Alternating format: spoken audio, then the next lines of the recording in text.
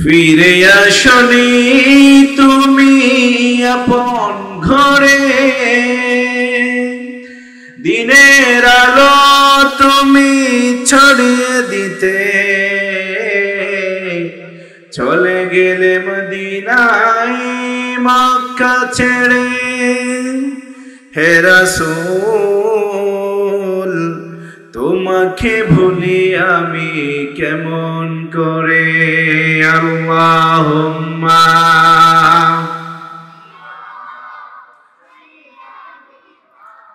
মাওলানা মুহাম্মদ ওয়া আলা আলি সাইয়্যিদিনা মাওলানা মুহাম্মদ بلغ العلا بكماله كشف الدجى بجماله حسنت جميع خصاله صلوا عليه وآله بلغ العلا بكماله كشف الدجى بجماله حسنت جميع خصاله صلوا عليه وآله نائف الدم بلبل کا ترنم بھی نہ ہو جمن دہر میں گلیوں کا تبسم بھی نہ ہو بلغ العلا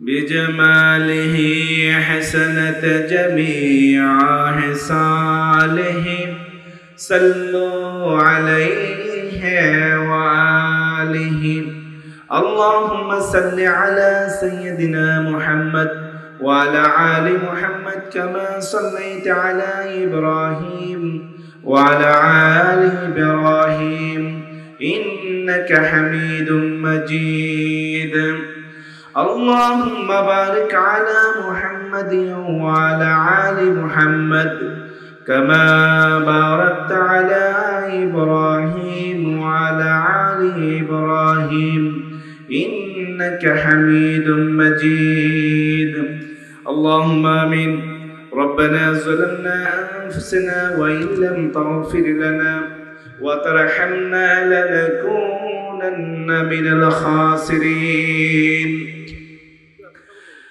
رب كريم ঐতিহ্যবাহী সাতকানিয়া থানার অন্তর্গত বাজালিয়া ইউনিয়নের দক্ষিণ মাহালিয়া তাওহীদি জনতার উদ্যোগে আয়োজিত আজকের এই পঞ্চমতম ঐতিহাসিক তাফসীরুল কোরআন মাহফিলে আমরা যারা উপস্থিত হয়েছি, যারা উপস্থিত হবেন, রব্বুল আলামিনের মাহফিলের যারা আয়োজন করেছেন, টাকা দিয়ে, পয়সা দিয়ে, বুদ্ধি পরামর্শ দিয়ে বিভিন্নভাবে আজকের মাহফিলে যারা সাহায্য সহযোগিতা করেছেন, আমাদের প্রত্যেকের পক্ষ থেকে এই মাহফিলের হাদিয়াটুকু সোনার মদিনায় নবী পাকের রওজা মুবারকে পৌঁছায় দাও। তামাম পৃথিবীর মাটির নিচে যত মুমিন মুমিনাত শহীদ আছে প্রত্যেকের আরওয়াহ পাকে পৌঁছায় দাও।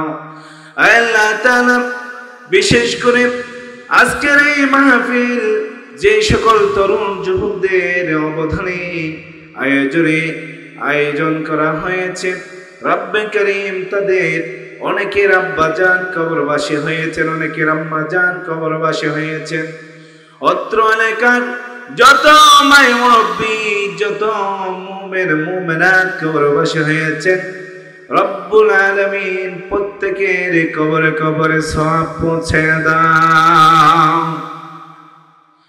আল্লাহ তাআলা কাল কিয়ামতের ময়দানে যখন আমাদের আমলনামায় কোনো এমন আমল পাওয়া যাবে না যে আমলের বদৌলতে জান্নাত অর্জন করা যায়, রব্বুল আলামিন ঠিক সেই কিয়ামতের কঠিন মুহূর্তে আমাদের জন্য আজকের মাহফিলকে নাজাতের উসিলা বানিয়ে দিও আল্লাহ। ইয়া রব करम तू अगर करे ओ बात जुबा को जो दिल पर असर करे बिजुद सुबहान रब्बिक रब्बिल इज्जति अम्मा यसिफून व सलामुन अलल मुरसलीन वलहम्दुलिल्लाहि रब्बिल आलामीन। ঐতিহ্যবাহী সাতকানিয়া থানার অন্তর্গত বাজালিয়া ইউনিয়নের দক্ষিণ মাহালিয়া তৌহিদি জনতার উদ্যোগে আয়োজিত ঐতিহাসিক পঞ্চমতম তাফসীরুল কোরআন মাহফিলের সম্মানিত সভাপতি দক্ষিণ মাহালিয়া তালিমুল কোরআন নুরানি মাদ্রাসার নির্বাহী পরিচালক বিশিষ্ট আলেমে দ্বীন আলেম সমাজের অহংকার উদীয়মান তরুণ বক্তা বন্ধুবর হাফেজ মাওলানা মাহমুদুল করিম উসমানী বারাকাল্লাহু তাআলা ফি হায়াতি। আজকের মাহফিলে আলোচনা পেশ করেছেন দক্ষিণ মাহালিয়া তালিমুল কোরআন নুরানি মাদ্রাসার সম্মানিত সাবেক প্রধান শিক্ষক হাফেজ মাওলানা মিসবাউদ্দিন হাফিজাহুল্লাহ। আরো অন্যান্য নাম জাতে পাকের দরবারে লাখ কোটি শুকরিয়া আদায় করছি যে মহান রব্বে করিম তার একান্ত মেহেরবানিতে আজকের এই ঐতিহাসিক পঞ্চমতম তাফসীরুল কোরআন মাহফিলে আল্লাহ পাক তার একান্ত করম ফজলে আমাদেরকে মাহফিলে উপস্থিত হওয়ার জন্য তৌফিক দান করেছেন। সেজন্য সকলে উচ্চ কণ্ঠে পড়ি আলহামদুলিল্লাহ, আর উচ্চ স্বরে বলি আলহামদুলিল্লাহ। রব্বানা লাকাল হামদ হামদান কাসীরান মুবারাকান তাইয়িবান ফীহি ইয়া রাব্বি লাকাল হামদু কামা ইয়ানবাগি লিজালালি ওয়াজহিকা ওয়া আযীমি সুলতানি। প্রশংসা করলাম কার? বেশি বেশি করতে হবে নাকি কম কম করতে হবে? বেশি বেশি প্রশংসা যদি আল্লাহ পাকের করা হয়, আল্লাহ পাক রব্বুল আলামিন সে বান্দার প্রতি তার নিয়ামতকে আরো বেশি বৃদ্ধি করে দেন। সকলে উচ্চ স্বরে বলি আলহামদুলিল্লাহ। আমরা আল্লাহ তাআলার নিয়ামত চাই কি চাই না? আর উচ্চ স্বরে বলি আমরা আল্লাহ তাআলার নিয়ামত বেশি বেশি চাই কি চাই না? যদি আল্লাহ তাআলার নিয়ামত বেশি বেশি চাই, আল্লাহ তাআলার বেশি বেশি শুকরিয়া আদায় করতে হবে। পারবো তো মুসলমান? পারবো তো ইনশাআল্লাহ। আল্লাহ পাক রব্বুল আলামিন আমাদেরকে যে সকল নিয়ামত দান করেছেন, সেই নিয়ামতের শুকরিয়া আমরা মৃত্যুর আগ পর্যন্ত করেও শেষ করতে পারবো না, ঠিক কিনা কম? কারণ যার চোখ নাই সে আল্লাহ তাআলার কাছে কত আফসোস করে ফরিয়াদ করে, আল্লাহ তুমি যদি আমাকে দুনিয়ায় এই আমার শরীরে যদি এই চোখটা যদি তুমি দিতে, আর এই চোখ দিয়ে যদি তোমার নিয়ামতরা যদি আমি দেখে দেখি আমি উপভোগ করতে পারতাম, তাহলে এর চেয়ে বড় পাওনা এই দুনিয়ার জীবনে আমার আর কিছুই ছিল না, ঠিক কিনা কম? যার পাওয়া নাই সে আল্লাহ দরবারে ফরিয়াদ করে, আল্লাহ তুমি যদি আমাকে এই পা দুটো দিতে, তাহলে আর তোমার কাছে আর কোনো কিছু চাইতাম না, আমি হেঁটে হেঁটে তাফসীরুল কোরআন মাহফিলে যেতে পারতাম। সুবহানাল্লাহ।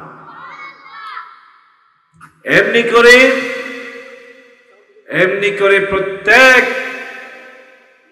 ব্যক্তি যাদের শরীরের পূর্ণতা রয়েছে, আল্লাহ পাক যাদেরকে পরীক্ষায় ফেলেছেন, তারা প্রতিনিয়ত আল্লাহ তাআলার কাছে এমনি করে ফরিয়াদ করছে, ঠিক কিনা? আমরা যারা নিয়ামতে ভরপুর, আল্লাহ পাক কর্তৃক যারা নিয়ামত পেয়ে আমরা যারা জীবনের পরিপূর্ণতা আল্লাহ পাক আমাদেরকে দিয়েছেন, আমরা আল্লাহ তাআলার সেই নিয়ামতের শুকরিয়া আদায় করে কি শেষ করতে পারবো? কখনো নয়। এই নিয়ামত পাওয়ার পরেও এমন কিছু মানুষ আছে যারা আল্লাহ পাক রব্বুল আলামিনের সাথে কুফরি করে, আছে না নাই? আছে না নাই? আল্লাহর দিয়া বিধানকে মেনে নিতে চাই না এরকম লোক আছে না নাই? নামাজ পড়ে না এরকম লোক আছে না নাই? রোজা রাখে না এমন লোক আছে না নাই? যাকাত ফরজ হওয়ার পরেও যাকাত আদায় করে না, নিজের সম্পদ কমে যাবে এই ভয়ে, এরকম লোক আছে না নাই? হজ করতে যাই না, টাকা শেষ হয়ে যাবে বলে, গরিব হয়ে যাবে বলে, সময় নষ্ট হয়ে যাবে বলে আল্লাহর খানে কাবায় যাওয়ার সুযোগ থাকা সত্ত্বেও এমন ধনী লোক আছে, এমন নাফরমান আছে যারা হজ ফরজ হওয়ার পরেও হজ আদায় করতে যায় না। এরকম আছে না নাই লোক? প্রিয় ভাইয়েরা আমার, আল্লাহ পাক রব্বুল আলামিন আমাদেরকে যে দুনিয়ার জীবনে সম্পদ দিয়েছেন, সেই সম্পদের আসল মালিকানা কার? আল্লাহ। আসল মালিক কে? আল্লাহ আপনাকে আমাকে শুধুমাত্র অল্প সময়ের জন্য ৬০-৭০ বছর হায়াতের জিন্দেগির মধ্যে সামান্যতম এই জীবনে তা উপভোগ করার জন্য আল্লাহ পাক আমাদেরকে অল্প সময়ের জন্য মালিকানা দিয়েছেন। ও বান্দারে, এই মালিকানা পাওয়ার পরে যারা আল্লাহ তাআলার নাফরমানি করে তাদেরকে আল্লাহ পাক রব্বুল আলামিনের দরবারে বিচারের কাঠগড়ায় দাঁড়াতে হবে। যেমনি ভাবে আল্লাহ পাক রব্বুল আলামিন আমাদের উপরে সম্পদ দিয়ে পরীক্ষা করেন, ঠিক তেমনি ভাবে সম্পদ নিয়ে গিয়ে আল্লাহ পাক পরীক্ষায় ফেলেন, ঠিক কিনা? সন্তান দিয়ে যেমনি ভাবে আল্লাহ পাক আমাদেরকে পরীক্ষা করেন, ঠিক তেমনি ভাবে সন্তান নিয়ে গিয়েও পরীক্ষায় ফেলে দেন। ব্যবসা বাণিজ্যে উন্নতির মাধ্যমে যেমনি ভাবে আল্লাহ পাক আমাদেরকে পরীক্ষা করেন, এই ব্যবসা বাণিজ্যে ক্ষতিগ্রস্ত করার মধ্য দিয়ে আল্লাহ আমাদেরকে পরীক্ষায় ফেলেন, ঠিক কিনা? ঠিক। ধৈর্য হারা হওয়া যাবে নাকি? ধৈর্য হারা হওয়া যাবে? যত জুলুম নির্যাতন আসুক না কেন, আল্লাহ পাক রব্বুল আলামিনের উপর যারা ইস্তিকামত থাকবে, আল্লাহ পাক রব্বুল আলামিন সেই বান্দাদের প্রতি রাজি খুশি হইয়া তাদের সাহায্য করার জন্য আসমান থেকে আল্লাহ পাক ফেরেশতা নাজিল করে দেন। যখন সুবহানাল্লাহ। আল্লাহ পাক রব্বুল আলামিন বলেন, ইন্নাল্লাযীনা ক্বালু রাব্বুনাল্লাহু সুম্মা ইসতাকামু তাতানাজ্জালু আলাইহিমুল মালাঈকা আল্লা তাখাফু ওয়া লা তাহজানু ওয়া আবশিরু বিল জান্নাতিল্লাতী কুনতুম তুআদুন। উচ্চ স্বরে পড়ি আল্লাহু আকবার। আল্লাহ পাক বলছেন, নিশ্চয় নিশ্চয় যারা বলে আল্লাহ আমাদের একমাত্র রব, আমাদের একমাত্র রব কে? আমাদের রব কে? আমাদের রিজিক দাতা কে? আমাদের জীবনের মালিক কে? আমাদের মরণের মালিক কে? আমাদেরকে যে দুনিয়ার জীবনে যত নাজ নিয়ামত দান করেন তার নাম কি? ও বান্দারে, আল্লাহ পাক রব্বুল আলামিন বলেন, যারা ঘোষণা দেয় আল্লাহ একমাত্র আমাদের রব, এই কথার উপরে যারা শত জুলুম নির্যাতন নিপীড়নের মধ্য দিয়েও যারা ইস্তিকামত থাকে, সুম্মা ইসতাকামু তাতানাজ্জালু আলাইহিমুল মালাইকা। আল্লাহ পাক রব্বুল আলামিন বলেন, সেই সকল ইস্তিকামত যারা থাকে সেই ব্যক্তিদের উপর আমি আল্লাহ পাক রব্বুল আলামিন আসমান থেকে ফেরেশতা নাজিল করে তাদের সাহায্য করি। সুবহানাল্লাহ। তাহলে মুমিন আল্লাহর উপর যখন ভরসা করে, মুমিনের জন্য আল্লাহই যথেষ্ট হয়ে যায়। সুবহানাল্লাহ। আল্লাহ পাক অন্য আয়াতে বলেছেন, ওয়া মান ইয়াতাওয়াক্কাল আলাল্লাহি ফাহুয়া হাসবুহ।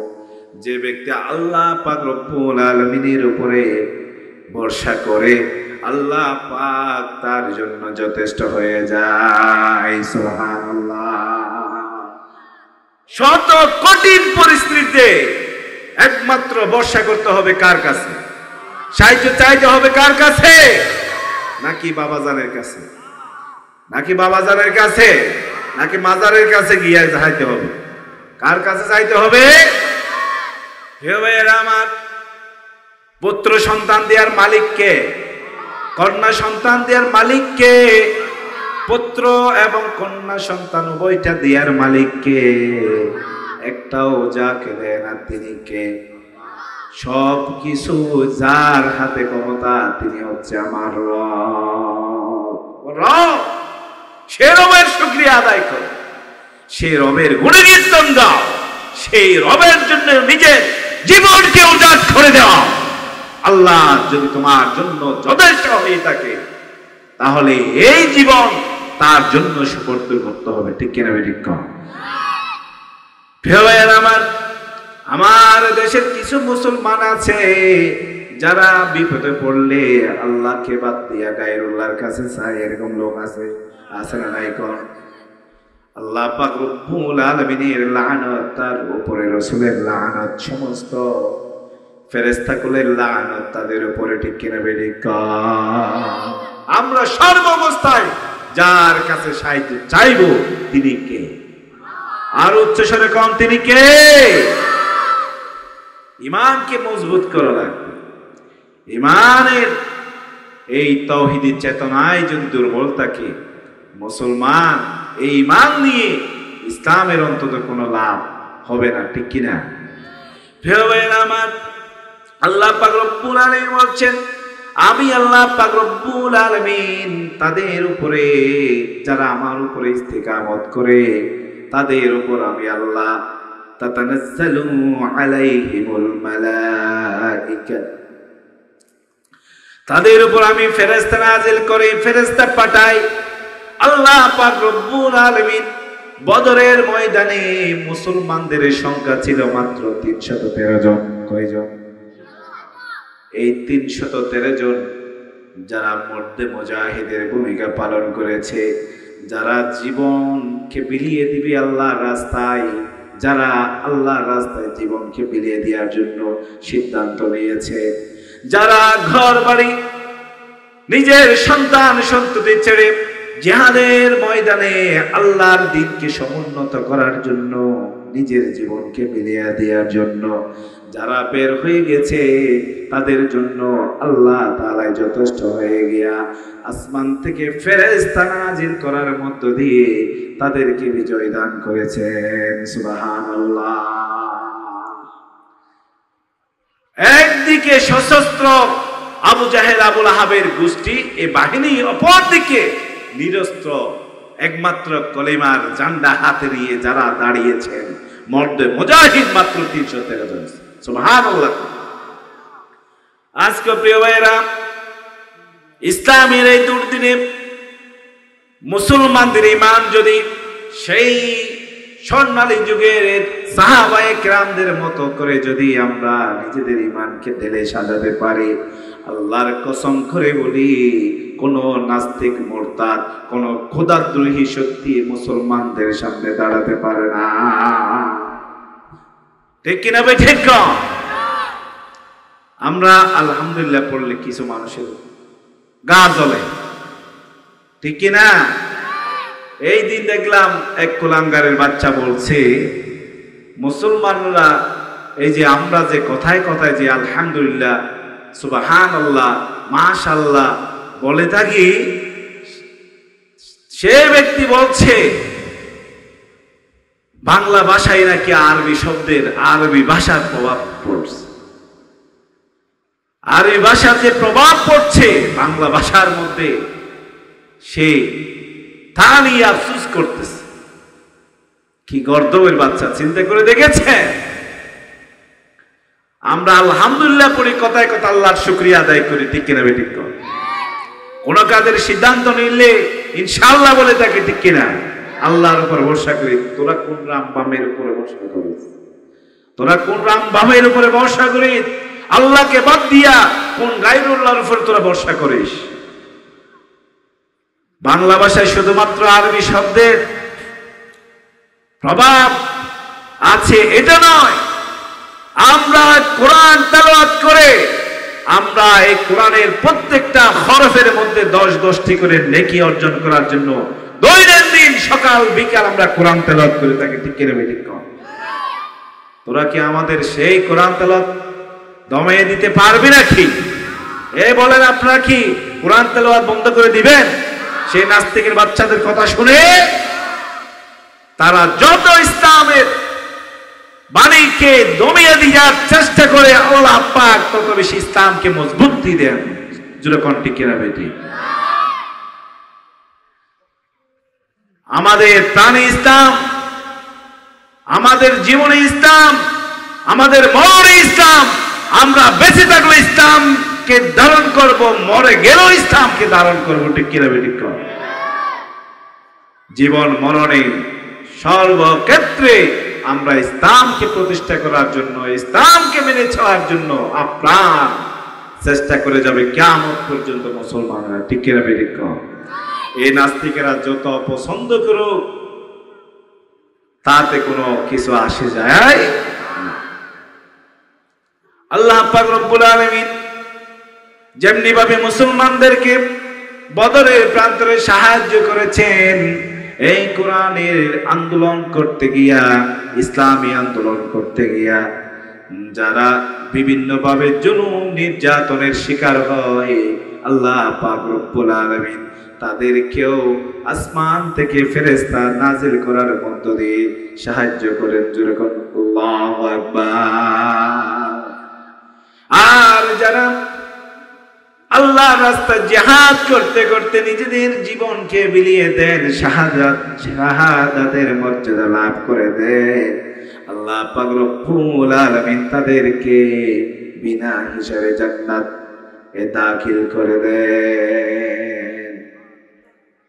যারা আল্লাহর রাস্তায় শহীদ হয় তাদের মৃত্যু যন্ত্রণা একটা পিঁপড়া যেমন করে মানুষকে কামড়াইলে যে যন্ত্রণা, সামান্যটুকু যে একটা ব্যথা, এর চেয়ে কম।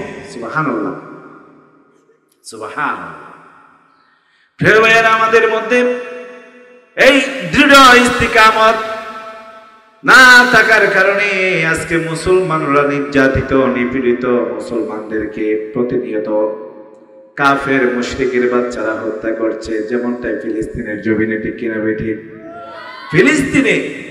ফিলিস্তিনে এই যে ছোট ছোট মাসুম বাচ্চা থেকে শুরু করে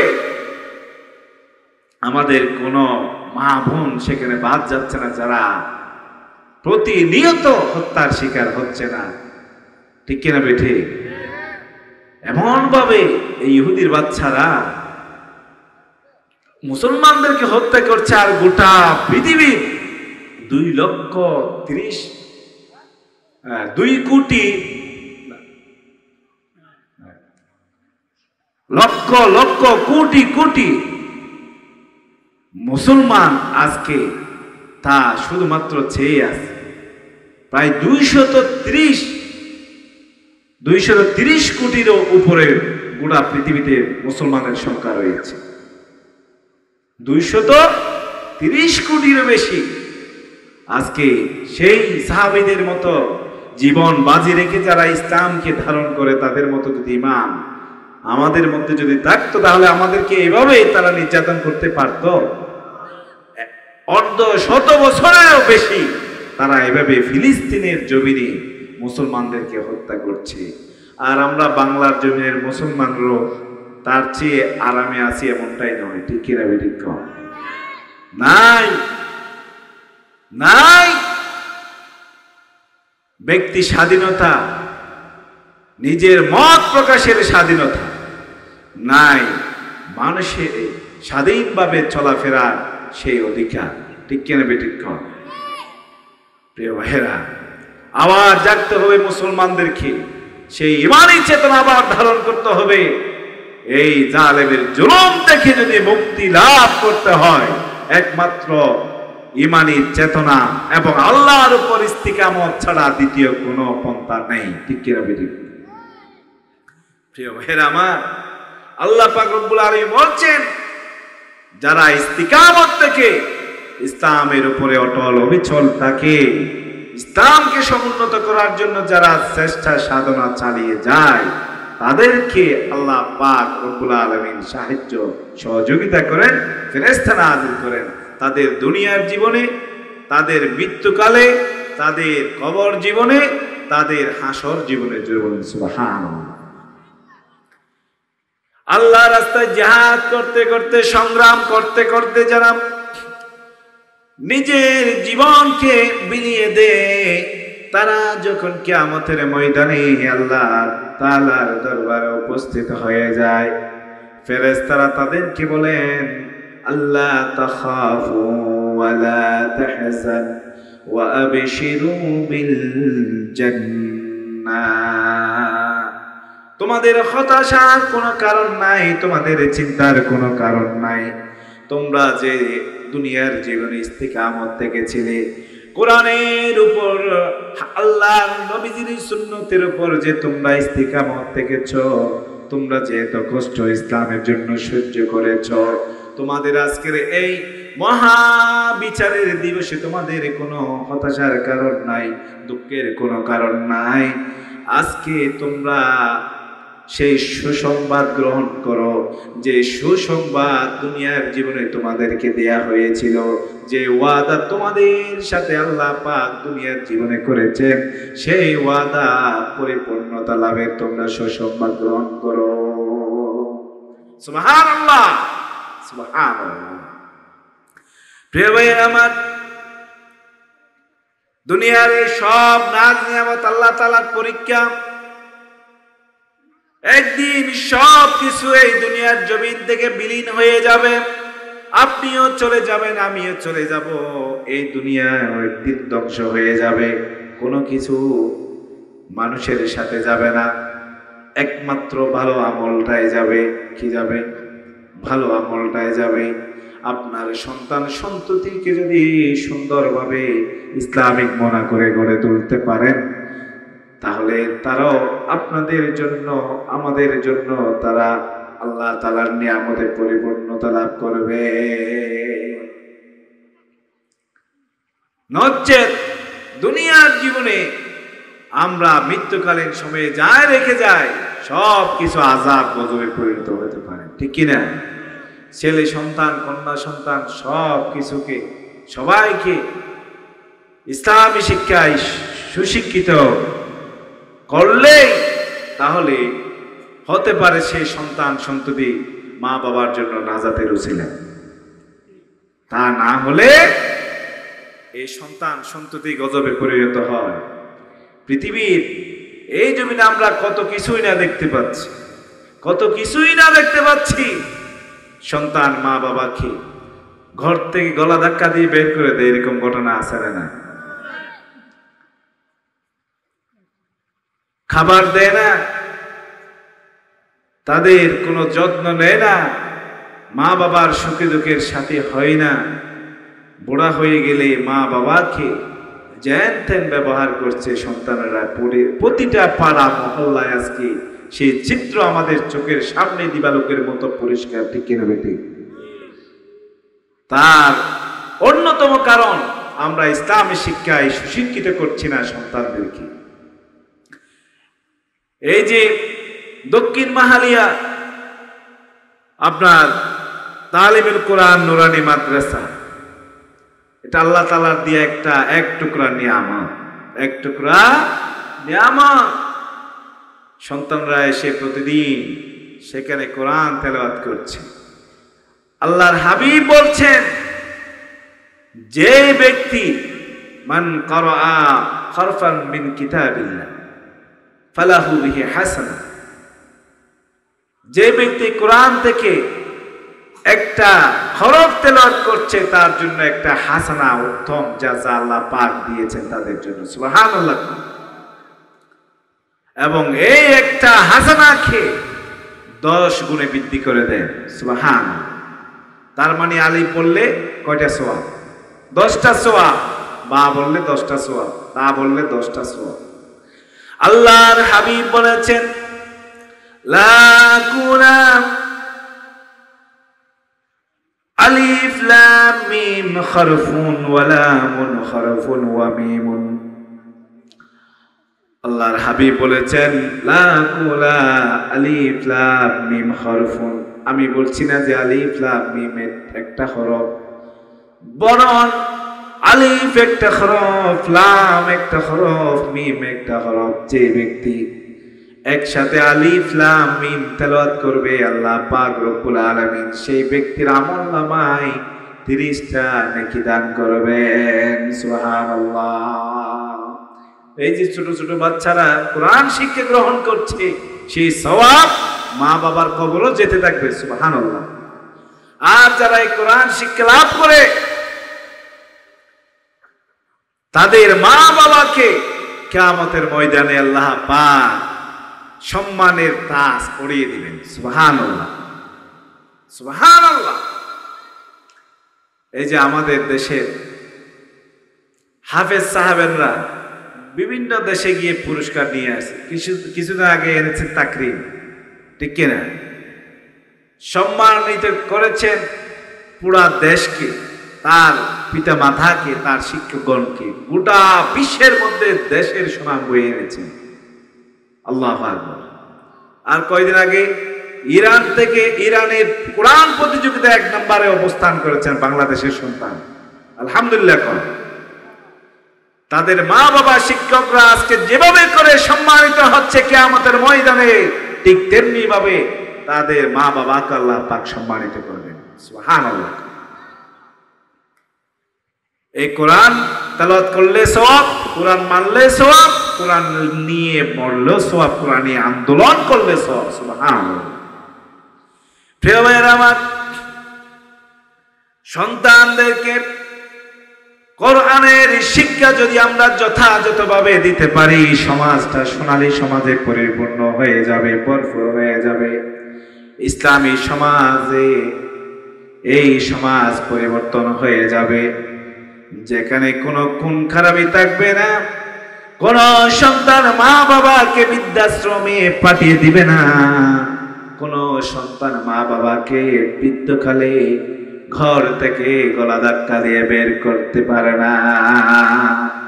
কেননা রাসূলুল্লাহ সাল্লাল্লাহু আলাইহি ওয়াসাল্লাম মা বাবার সাথে কিভাবে আচরণ করতে হবে তাও শিক্ষা দিয়েছেন। আল্লাহ পাক মা বাবার সাথে সদা আচরণ করা ফরজ করে দিয়েছেন। সুবহানাল্লাহ।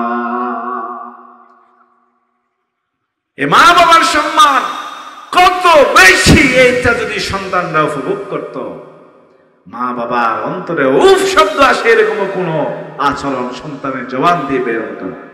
ঠিক কিনা বেঠিক? আল্লাহ পাক রব্বুল আলামিন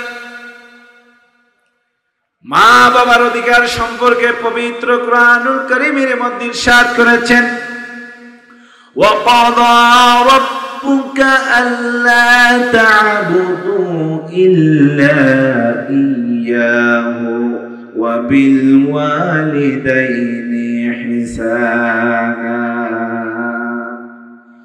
ইম্মা ইয়াবলুগান্না ইনদাকাল কিবরা আহাদুহুমা كلاهما فلا تقل لهما أف ولا تنهرهما وقل لهما قولا كريما الله أكبر।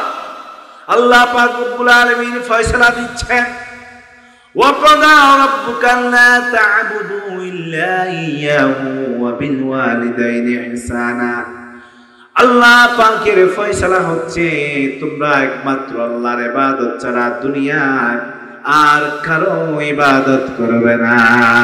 একমাত্র ইবাদত পাওয়ার মালিক কে? আল্লাহ। আমরা নামাজ পড়ি কার জন্য? কার সন্তুষ্টির জন্য? রোজা রাখি কার সন্তুষ্টির জন্য?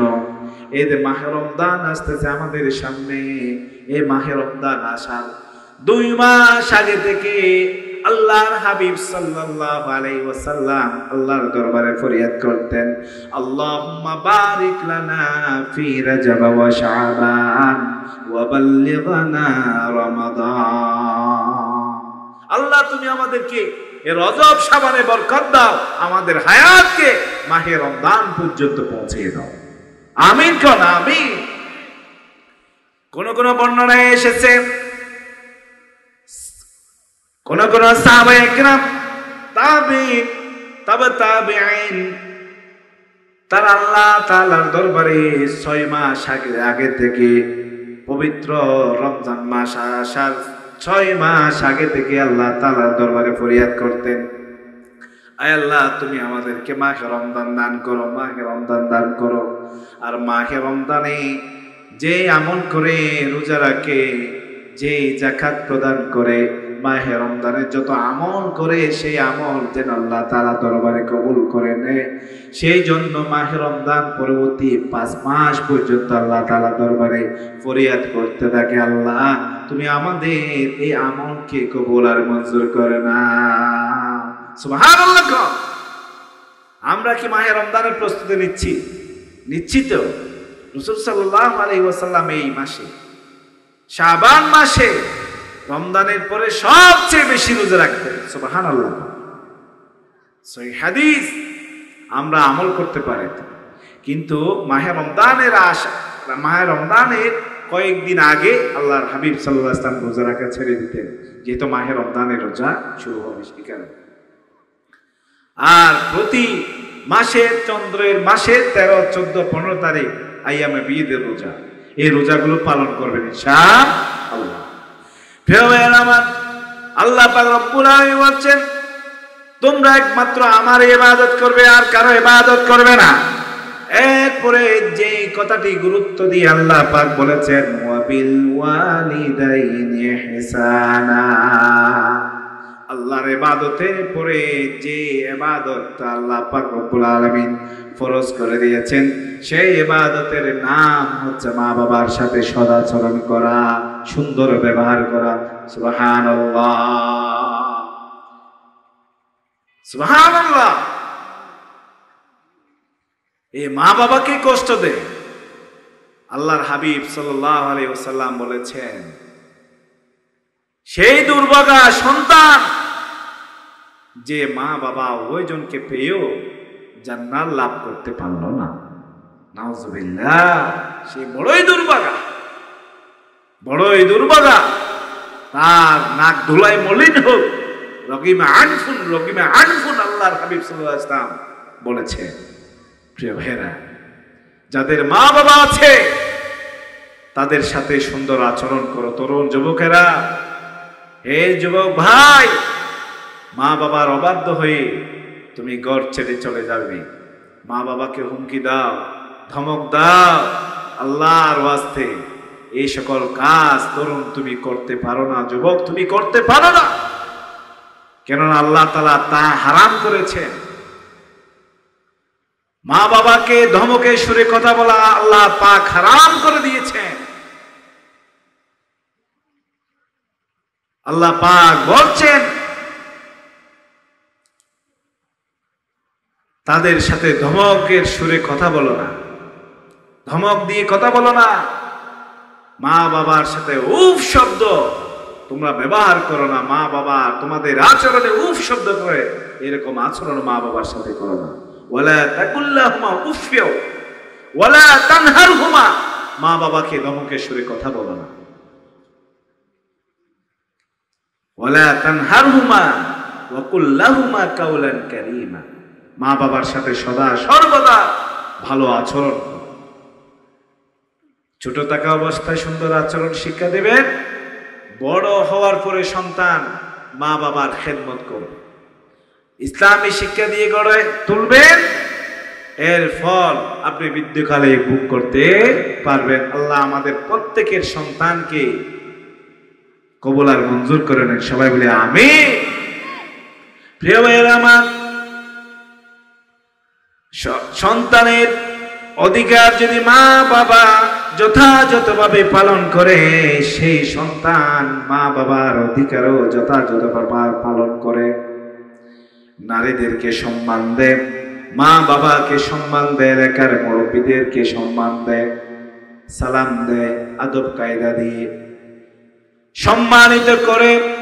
আর যদি ইসলামী জ্ঞান যদি না থাকে, কোরআনের আলো যদি সন্তানের বুকে যদি ধারণ করে দিতে না পারে, সন্তান এলাকার সম্মানিত ব্যক্তিদেরকে প্রতিনিয়ত অপমানিত করে, ঠিক কিনা? আমার ইসলাম কত সুন্দর করে মা বাবার বিষয়ে, সন্তানদের বিষয়ে ইসলাম বর্ণনা করেছেন। সন্তানের হক, মা বাবার হক বর্ণনা করেছেন, নারীদের অধিকারের কথা বর্ণনা করেছেন। ইসলামের প্রত্যেকটা বিধান যদি সমাজে প্রতিষ্ঠিত হয়ে যায়, এই সমাজটা সোনালী সমাজে পরিবর্তন হয়ে যায়। নারীদের সম্মান, নারী জাতির, মা জাতির সম্মান কত বেশি। কন্যা সন্তান জন্মগ্রহণ করার পরে জাহেলি যুগের লোকেরা নিজেদের কন্যা সন্তানদেরকে নিজের মা বাবারা হত্যা করে ফেলত। নাউজুবিল্লাহ, নাউজুবিল্লাহ। কেন হত্যা করত? সন্তান বড় হয়ে গেলে, কন্যা সন্তান বড় হলে সে কন্যা সন্তান অপর মানুষের স্ত্রী হবে, অপরের ঘরে গিয়ে সেখানে কাজ করবে। যেমনটাই তাদের সেই সমাজ ব্যবস্থার মধ্যে নারীরা কাজ করাকে অপমানিত মনে করত মা বাবারা, তারা ছোট হয়ে যাবে এরকম মনে করত। জোরে কর নাউজুবিল্লাহ। আমার কন্যা সন্তান অপর ঘরে গিয়া কাজ করবে। এদিকে আসেন, আমি তো খেয়াল করিনি আপনাকে, আপনি এদিকে আসেন, আসেন আসেন, এদিকে বসেন। কি বলেন? আমার ঘরের সন্তান, কন্যা সন্তান আমার মেয়ে আরেকজনের ঘরে গিয়ে কাজ করবে, সেটা মেনে নিতে পারে না। আর কন্যা সন্তান বড় হলে সে জাহেলি যুগের প্রথা অনুযায়ী, সমাজ ব্যবস্থা অনুযায়ী তারা বিভিন্ন জুলুমের শিকার হতো। নারী হিসেবে সেই গ্লানি মা বাবা সহ্য করতে পারে না, সেই হিসেবে অনেক বাবারা তাদের কন্যা সন্তানকে জীবন্ত কবরস্থ করে দিত। নাউজুবিল্লাহ।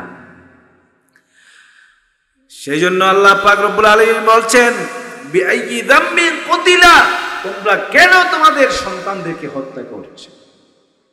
তোমরা কেন হত্যা করছো? কোন কারণে হত্যা করছো? প্রিয় ভাইরা আমার, আল্লাহর হাবিব মুহাম্মদ রাসূলুল্লাহ সাল্লাল্লাহু আলাইহি ওয়াসাল্লামের দরবারে বনি তামিম গোত্রের সরদার কায়েস বিন আসেম, তিনি ইসলাম ধর্ম গ্রহণ করার জন্য আসলেন। আল্লাহর হাবিবের হাতে হাত রেখে ইসলাম ধর্ম কবুল করলেন, কালিমা তাইয়্যিবা পড়ে মুসলমান হয়ে গেলেন। যারা বলে সুবহানাল্লাহ।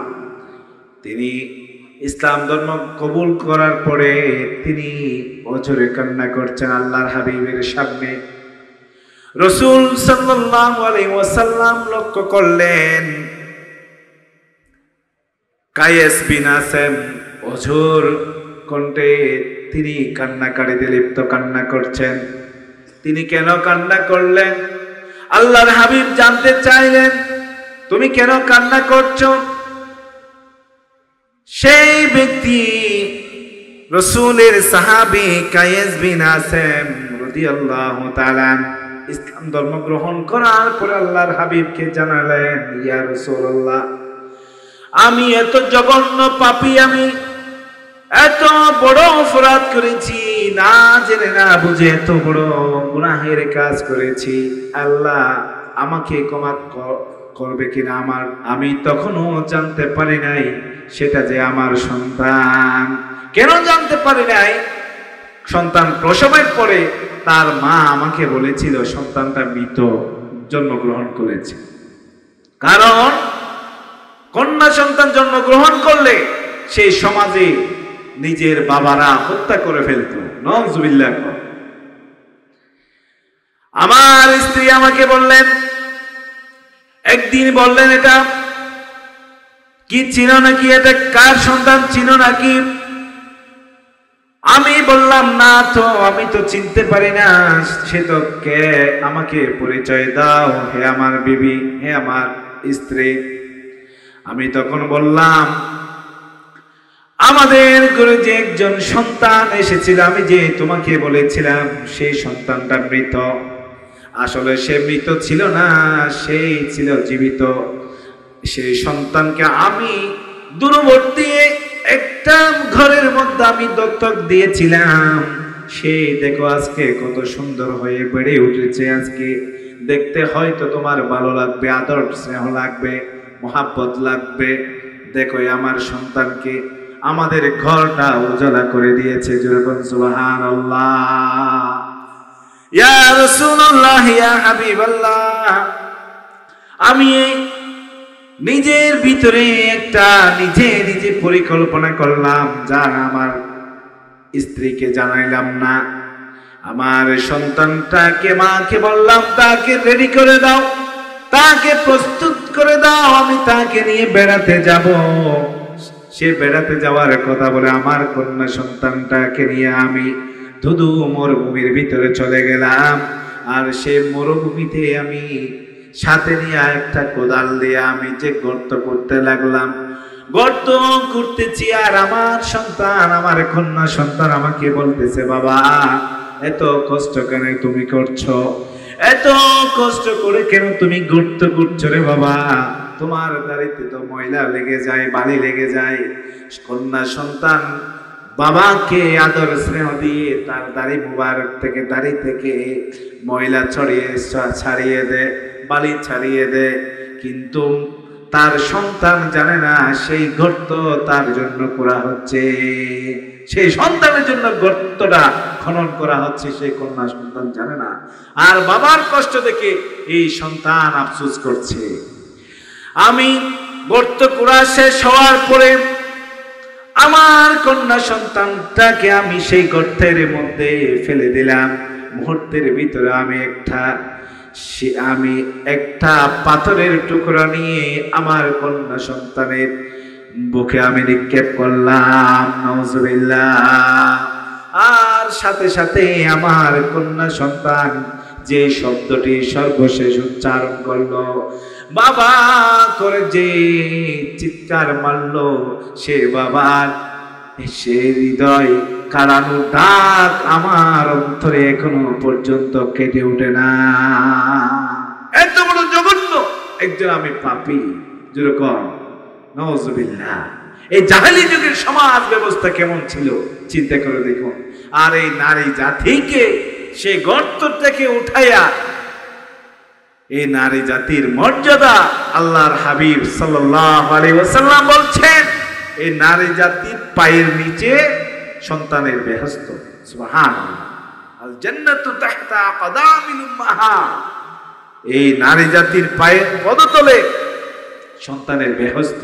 যেরকম সুবহানাল্লাহ। ইসলাম নারী জাতির কত মর্যাদা দিয়েছেন, কত সম্মান দিয়ে দেখিয়েছেন রাসূলুল্লাহ সাল্লাল্লাহু আলাইহি ওয়াসাল্লাম। আল্লাহর হাবিব বলেছেন, যে ঘরের মধ্যে 3টা কন্যা সন্তান থাকবে, অথবা কারো 3টা বোন থাকবে, অথবা 2 জন থাকবে, অথবা 2 জন বোন থাকবে, আল্লাহর হাবিব সাল্লাল্লাহু আলাইহি ওয়াসাল্লাম বলেছেন, এই 3 জন সন্তান, 3 জন কন্যা সন্তান অথবা 2 জন কন্যা সন্তানের যথাযথভাবে যারা লালন পালন করবে, আল্লাহ পাক রব্বুল আলামিন তাদেরকে উত্তম জাযা দান করবেন। সুবহানাল্লাহ। জান্নাতে যাওয়ার জন্য তাদের জন্য এটাই যথেষ্ট। আল্লাহু আকবার। তিনটা কন্যা সন্তান অথবা দুইজনে যদি থাকে, তাদের যদি যথাযথভাবে, অথবা একজনও যদি থাকে, তাদেরকে যদি যথাযথভাবে আপনি লালন পালন করে যদি তাদেরকে আপনি বড় করতে পারেন, সুপাত্র দেখে যদি বিবাহ বন্ধনে আবদ্ধ করে দিতে পারেন, মা বাবার জন্য জান্নাতে যাওয়ার এটাই যথেষ্ট হয়ে যায়। সুবহানাল্লাহ, সুবহানাল্লাহ। আর এই সন্তান যখন আস্তে আস্তে করে বড় হয়, উপযুক্ত যখন হয়, বিয়ের উপযুক্ত যখন হয়, আর এই সন্তান, এই কন্যা সন্তান আরেকজনের ঘরে গিয়া স্ত্রী, রাজকন্যা স্ত্রীতে রূপান্তরিত হয়, ঠিক কিনা? এই বউয়ের সন্তান, এই বউয়ের মর্যাদা, স্ত্রী মর্যাদা আল্লাহর হাবিব সাল্লাল্লাহু আলাইহি ওয়াসাল্লাম কেমন করে দিয়েছে, কেমন দিয়েছেন। একদিন গভীর রজনীতে রাসূল সাল্লাল্লাহু আলাইহি ওয়াসাল্লাম ঘুমের বিছানা থেকে উঠে কোথায় জানি গেল। হযরত আয়েশা সিদ্দিকা রাদিয়াল্লাহু তাআলা আনহা রাসূলকে খুঁজতে লাগলেন। খুঁজতে খুঁজতে হযরত আয়েশা মনে করলেন রাসূলুল্লাহ সাল্লাল্লাহু আলাইহি ওয়াসাল্লাম তার অন্য কোনো বিবির হুজরা মুবারকে ঢুকেছেন, কিন্তু কোথাও পেল না হযরত আয়েশা সিদ্দিকা রাদিয়াল্লাহু তাআলা আনহা। তিনি খুঁজতে খুঁজতে রাসূলুল্লাহ সাল্লাল্লাহু আলাইহি ওয়াসাল্লামকে পেলেন। সেই কবরস্থানে রাসূল সাল্লাল্লাহু আলাইহি ওয়াসাল্লাম কবর জিয়ারত করছেন। আল্লাহ পাক রব্বুল আলামিনের দরবারে দুই হাত তুলে ফরিয়াদ করছেন। হযরত আয়েশা বলেন, আমি পিছনে গিয়ে দাঁড়িয়ে শুনলাম রাসূল সাল্লাল্লাহু আলাইহি ওয়াসাল্লাম আল্লাহ তাআলা দরবারে ফরিয়াদ কামনা করছেন, তার উম্মতের গুনাহ মাফের জন্য ফরিয়াদ করছেন। সাহাবীদের মধ্য থেকে যারা দুনিয়ার মায়া ত্যাগ করে যারা কবরবাসী হয়ে গেছেন তাদের জন্য ফরিয়াদ করছেন। এক পর্যায়ে আল্লাহ তাআলার দরবারে ফরিয়াদ করছেন, হায় আল্লাহ, কিয়ামতের ময়দানে কঠিন মুসিবতের সময় আমার বিবি হযরত খাদিজাতুল কুবরা রাদিয়াল্লাহু তাআলা আনহাকে আমার সাথে মুলাকাত করিয়ে দাও। আল্লাহু আকবার। স্ত্রীর জন্য ফরিয়াদ করছেন, আমি যেন সেই কঠিন মুসিবতের সময় আমার খাদিজাকে ভুলে না যাই। সুবহানাল্লাহ, সুবহানাল্লাহ। হযরত আয়েশা ফরিয়াদ শোনার পরে রাসূল সাল্লাল্লাহু আলাইহি ওয়াসাল্লাম কি বললেন, ইয়া রাসূলুল্লাহ, ইয়া হাবিবাল্লাহ, আপনি ছিলেন 25 বছরের টকবকে যুবক, বিয়ে করেছিলেন 40 বছরের একজন বৃদ্ধাকে। আপনার স্ত্রী হযরত খাদিজাতুল কুবরা রাদিয়াল্লাহু তাআলা আনহাকে আপনি আমাদের মতো এত রমণী, কুমারী রমণী পাওয়ার পরেও আপনি সেই বুড়ি হযরত খাদিজাতুল কুবরার জন্য এখনো ক্রন্দন করেন। আল্লাহর হাবিব বলেছেন, ও আয়েশা রে, ও আয়েশা রে, তোমরা হলে আমার এই সুখের জীবনের সঙ্গী, আর আমার খাদিজা ছিলেন আমার সেই দুঃখের সময়ের সঙ্গিনী। যখন মক্কার জমিনে কাফেরের বাচ্চারা আমাকে বিভিন্নভাবে জুলুম করেছে, নির্যাতন করেছে, নিপীড়ন করেছে, সেই খাদিজাতুল কুবরা রাদিয়াল্লাহু তাআলা আনহা তার জীবনের সব ধন সম্পদ আমার জন্য ব্যয় করেছেন। সেই দুঃখের জীবনে আমাকে যিনি আগলে রেখেছেন তিনি হচ্ছেন সেই খাদিজা। সুবহানাল্লাহ। হযরত আয়েশা সিদ্দিকা রাদিয়াল্লাহু তাআলা তার সেই কথার জবাব কত সুন্দরভাবে পেয়ে গেলেন। রাসূল সাল্লাল্লাহু আলাইহি ওয়াসাল্লাম স্ত্রীর সাথে আরো কত সুন্দর আচরণ করেছেন। রাসূল সাল্লাল্লাহু আলাইহি ওয়াসাল্লাম একদিন হযরত আয়েশা সিদ্দিকা রাদিয়াল্লাহু তাআলা আনহাকে নিয়ে রাতের বেলায় ধুধু মরুভূমির ভিতরে চাঁদের আলোতে বের হয়ে গেলেন। হযরত আয়েশাকে বললেন, ও আয়েশা রে দেখি ওই যে সীমানা দেখে যায়, সেই সীমানায় তুমি দূরে আগে যেতে পারো নাকি আমি আগে যেতে পারি? সুবহানাল্লাহ। একজন বিশ্বনবী তার স্ত্রীর সাথে দৌড় প্রতিযোগিতা দিচ্ছে। সুবহানাল্লাহ। আজকে আমরা স্ত্রীর সাথে সুন্দর ব্যবহারও তো করি না, এরকম আছে না নাই? আছে না নাই? আছে। কথায় কথায় গালি দে, সুন্দর ব্যবহার করে না। আল্লাহ রাসূল সাল্লাল্লাহু আলাইহি ওয়াসাল্লাম তার স্ত্রীর সাথে কত সুন্দর, আমাদের আম্মা জানদের সাথে কত সুন্দর আচরণ করেছে। রাসূল সাল্লাল্লাহু আলাইহি ওয়াসাল্লাম সেই দৌড় প্রতিযোগিতা দিলেন, দেখা যাচ্ছে হযরত আয়েশা সিদ্দিকা রাদিয়াল্লাহু তাআলা আনহা দৌড়ে আগে চলে গেলেন। আল্লাহু আকবার। আর জীবনের কিছুদিন পরে হযরত আয়েশা সিদ্দিকা রাদিয়াল্লাহু তাআলা আনহাকে আবার ডাকলেন। আয়েশা তো অনেক খুশি হয়ে গেছিলেন, আয়েশা সিদ্দিকা রাদিয়াল্লাহু তাআলা অনেক খুশি হয়ে গেছেন, তিনি প্রথম দৌড় প্রতিযোগিতায় প্রথম হয়ে গেছেন। আল্লাহু আকবার। কিছুদিন পরে যখন আয়েশা সিদ্দিকা রাদিয়াল্লাহু তাআলা আনহার শরীর যখন একটু ভারী হয়ে গেল, আল্লাহর হাবিব সাল্লাল্লাহু আলাইহি ওয়াসাল্লাম সেদিন আবার ডাকলেন, দেখি আমরা আবার দৌড় প্রতিযোগিতা দিই। সেদিন আল্লাহর হাবিব মুহাম্মদ সাল্লাল্লাহু আলাইহি ওয়াসাল্লাম সেই দৌড় প্রতিযোগিতায় আগে চলে গেলেন, আগে ফার্স্ট হয়ে গেলেন। আল্লাহু আকবার। বলতে লাগলেন, এই যে আজকে তোমার সাথে দৌড় প্রতিযোগিতা দিলাম, আজকে যে আমি ফার্স্ট হয়ে গেলাম, এই ফার্স্ট হওয়াই হলো তোমার সেই দিনের প্রতিশোধ নিলাম। আল্লাহু আকবার। আপনি আমি কি করি, আমাদের স্ত্রীদের সাথে কি রকম আচরণ করি? যদি আমরা সুন্দর আচরণ করি তাহলে আমাদের পরিবারটা জান্নাতের টুকরাতে পরিণত করে দিবেন কে? আল্লাহ। প্রিয় ভাইরা আমার, তাহলে এই নারী জাতির মর্যাদা মেয়ে হিসেবে রাসূল সাল্লাল্লাহু আলাইহি ওয়াসাল্লাম উপস্থাপন করেছেন, এবং স্ত্রী হিসেবেও রাসূল সাল্লাল্লাহু আলাইহি ওয়াসাল্লাম এই নারী জাতির মর্যাদা দিয়েছেন। ঠিক কিনা বেঠিক? এরপরে মা হিসেবে নারী জাতির মর্যাদা আছে না নাই? মা হিসেবে নারী জাতির মর্যাদা, মা হিসেবে এই নারী জাতির মর্যাদা রাসূল সাল্লাল্লাহু আলাইহি ওয়াসাল্লাম কিভাবে দিয়েছেন? একদিন রাসূল সাল্লাল্লাহু আলাইহি ওয়াসাল্লাম মসজিদে নববীতে বসা ছিলেন। সাহাবায়ে কেরাম রিদওয়ানুল্লাহি তাআলা আজমাইন, অনেক সাহাবায়ে কেরাম উপস্থিত ছিলেন। দেখা যাচ্ছে একজন বুড়ি মহিলা আসলেন, রাসূল সাল্লাল্লাহু আলাইহি ওয়াসাল্লাম তার চাদর মুবারক খানা বিছিয়ে দিলেন, এবং হযরত তার চাদর মুবারক খানা বিছিয়ে দিলেন। দেখা যাচ্ছে একজন মহিলা সেই চাদর মুবারকে, রাসূলের চাদর মুবারকে বসে গেলেন। আল্লাহু আকবার। রাসূল সাল্লাল্লাহু আলাইহি ওয়াসাল্লাম কি জানি কথাবার্তা বললেন। কথাবার্তা শেষ করার পরে সেই বৃদ্ধ মহিলা চলে গেলেন। সাহাবায়ে কেরাম রাসূল সাল্লাল্লাহু আলাইহি ওয়াসাল্লামকে জিজ্ঞাসা করলেন, ইয়া রাসূলুল্লাহ, আমরা তো চিনলাম না, তিনি কে? কোন মহিয়সী নারী? আপনি যেভাবে সেই বৃদ্ধা মহিলাকে সম্মানিত করেছেন, তিনি কে? আমরা তো চিনতে পারলাম না। আল্লাহর হাবিব সাল্লাল্লাহু আলাইহি ওয়াসাল্লাম বলেছেন, হে আমার সাহাবায়ে কেরাম জানে, তিনি তো সেই মহিয়সী নারী যিনি আমার দুগ্ধ পান করেছেন, তিনি আমাকে দুগ্ধ পান করেছেন, হযরত হালিমাতুস সাদিয়া রাদিয়াল্লাহু তাআলা আনহা। সুবহানাল্লাহ, সুবহানাল্লাহ।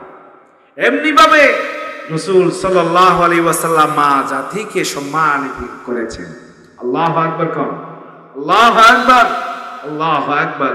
এই মা জাতির সম্মান আল্লাহ রাসূল সাল্লাল্লাহু আলাইহি ওয়াসাল্লাম যেভাবে দিয়েছেন, এই পৃথিবীর জমিনে আর কেউ এভাবে মা জাতির সম্মান কেউ দিতে জানেনি, দিতে পারেনি, যা উম্মতের জন্য অসাধারণ দৃষ্টান্ত স্থাপন করেছেন কিয়ামত পর্যন্ত। এই সুন্নাত জারি থাকবে ইনশাআল্লাহ। যারা আজকে নারী অধিকারের নাম দিয়া নিজেদের ইজ্জত সম্ভ্রমকে উজাড় করে দিয়ে যারা রাস্তাঘাটে বের হয়ে নারীর অধিকার প্রতিষ্ঠার আন্দোলন করছে, তাদের করা এটাই উচিত ছিল যে তারা সংসদের সামনে গিয়া বা মানববন্ধন করে তাদেরকে বলা এটাই উচিত ছিল যে ইসলাম আমাদের যে অধিকার দিয়েছে আমরা সেই ইসলামের অধিকার ফিরে পেতে চাই। এইভাবেই তাদের আন্দোলন করা দরকার ছিল, ঠিক কিনা? দেশের প্রধানমন্ত্রী যেহেতু মহিলা, তিনি যেহেতু ক্ষমতায় চলে গেছেন, যেভাবে হোক যেহেতু ক্ষমতায় চলে গেছেন, তিনি একজন মা হিসেবে, নারী হিসেবে ইসলাম যে নারীর অধিকার দিয়েছে সে নারীর অধিকার বাস্তবায়ন করা তার পক্ষে দায়িত্ব এবং কর্তব্য প্রথমেই ছিল, ঠিক কিনা বেঠিক? আর আমাদের প্রধানমন্ত্রী তো তাহাজ্জুদ গুজারি, আমরা দেখি, ঠিক কিনা? দেখি তিনি নামাজ আদায় করেন, ছবি আমরা ফেসবুকের মাধ্যমে, ইন্টারনেটের মাধ্যমে পাই। আল্লাহ পাক রব্বুল আলামিন বলছেন, যারা নামাজি, এই নামাজি ব্যক্তিরা যখন ক্ষমতায় যায় তাদের কর্মসূচি আল্লাহ পাক রব্বুল আলামিন ঘোষণা করে দিয়েছে।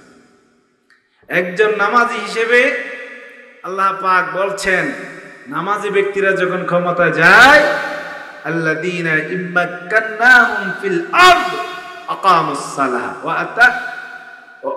ওয়া আতাউয যাকাত ওয়া আমারু বিল মা'রুফ ওয়া নাহাউ আনিল মুনকার। তাদের কর্মসূচি হয় কয়টা? 4টা। তাদের কর্মসূচি কয়টা? 4টা। আল্লাহ পাক রব্বুল আলামিন বলছেন, নামাজি ব্যক্তিরা যখন ক্ষমতায় যায় তারা সর্বপ্রথম নামাজ কায়েম করে, আকামুস সালাহ ওয়া আতাউয যাকাত ওয়া আমারু বিল মা'রুফ ওয়া নাহাউ আনিল মুনকার। তারা যাকাত প্রতিষ্ঠা করে, নামাজ প্রতিষ্ঠা করে, যাকাত আদায় করে এবং তারা সৎ কাজের আদেশ দেয়, অসৎ কাজ থেকে মানুষদেরকে বিরত রাখে। আল্লাহ পাক আমাদেরকে এই 4টি কর্মসূচি, যে যেদিকে ক্ষমতা পেয়েছেন, একজন অফিসার যদি অফিসের বড় হেড হয়ে থাকেন, প্রধান হয়ে থাকেন, তাহলে তিনি তার অফিসের কর্মচারী কর্মকর্তা যারা আছে তাদেরকে নিয়ে নামাজ প্রতিষ্ঠা করবেন, এই আয়াতের শিক্ষা। আর একজন এমপি মন্ত্রী যদি নামাজি হয়, সে তার আওতাভুক্ত যারা রয়েছে তাদেরকে নিয়ে তিনি নামাজ প্রতিষ্ঠা করবে। আর একজন মাদ্রাসার প্রিন্সিপাল যদি হয়, তাহলে তিনি তার অধীনস্থ যারা রয়েছে তাদেরকে নিয়ে নামাজ প্রতিষ্ঠা করবে। একজন মেম্বার, চেয়ারম্যান, এমপি, মন্ত্রী, প্রধানমন্ত্রী, রাষ্ট্রপতি সবাই স্ব অবস্থান থেকে প্রত্যেক নামাজি ব্যক্তি তার অধস্তন সবাইকে নামাজ সবাইকে নিয়ে প্রতিষ্ঠা করবে। এটাই কোরআনের শিক্ষা। আল্লাহ পাক রব্বুল আলামিন আমাদেরকে কোরআন মতো জীবনকে পরিচালনা করার তৌফিক দান করুন। সকলে বলি আমিন। আর উচ্চ স্বরে বলি আমিন। আমাদের সম্মানিত মুহতারাম মুকাররম আজকের এই অধিবেশনের সম্মানিত মুফাসসির হাফেজ মাওলানা আইইউবি মিডিয়া